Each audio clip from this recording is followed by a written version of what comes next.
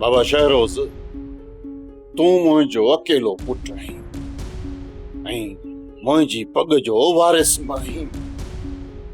इन करे ज़रूरी आहे त ख़ानदान जी रीतुनि रस्मुनि ऐं रवाजनि जी तोखे ॼाण हुअणु घुरिजे ऐं इन्हनि जो भरम बि अॻियां हली तोखे रखणो आहे।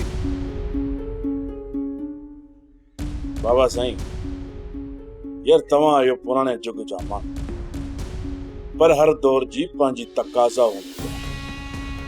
ही जदीद दौर आहे ऐं कंप्यूटराइज़ दौर आहे। पंहिंजी जिद्दत ऐं कंप्यूटर पाण ताईं महदूद रख। या तो समेत कंहिंखे बि पंहिंजे ख़ानदानी रिवायतुनि खे टोड़ण ऐं उन ख़िलाफ़ वञण जी कंहिंखे बि इजाज़त कोन ॾींदुसि। जिद्दत जे नाले में ऐं ॿी ॻाल्हि जिद्दत जे माना में अखलाक़ी क़दरनि जो ज़वाल आहे। इहो आऊं हरगिज़ क़बूल कोन कंदुसि।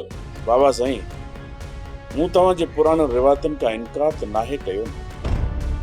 मां त बसि इहो चवणु चाहियां थो त तव्हांजी सदियुनि वारियूं पुराणियूं रवायतूं अॼोके दौर जे तक़ाज़नि खे गॾु खणी हलण जी कोशिश कंदुसि। शहरोज़ ख़ान, मूं तोखे अॻु बि इहा ॻाल्हि सम्झाइण जी कोशिश कई। असांजी इज़त दौलत में न बाबा पंहिंजाइप में आहे। पंहिंजाइप में पंहिंजे माण्हुनि सां जुड़ण माण्हू जी ताक़त हूंदी आहे। इन करे पंहिंजे हारियुनि नारियुनि सां सुठो सुलूक रखंदो कर, उन्हनि सां निभाए हल।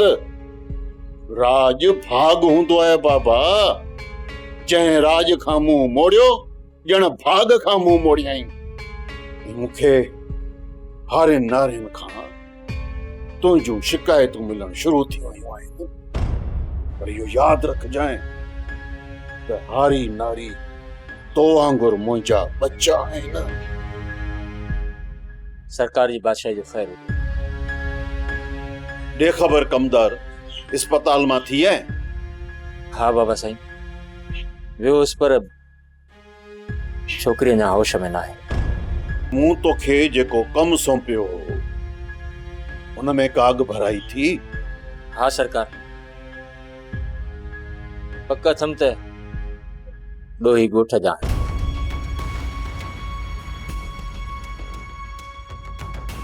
पूरी ख़ातिरी थम त माण्हू ॻोठ जा,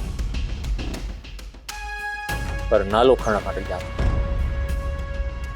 कमदार, तूं कोशिश करे रुगो माण्हू हासिल कर, भले केॾो बि चङो मुड़ुसु छो न हुजे।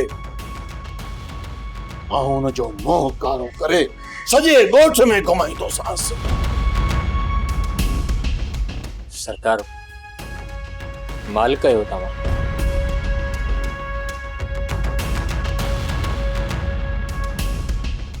वेरुनि जी वस्ती, वेरुनि जी वस्ती।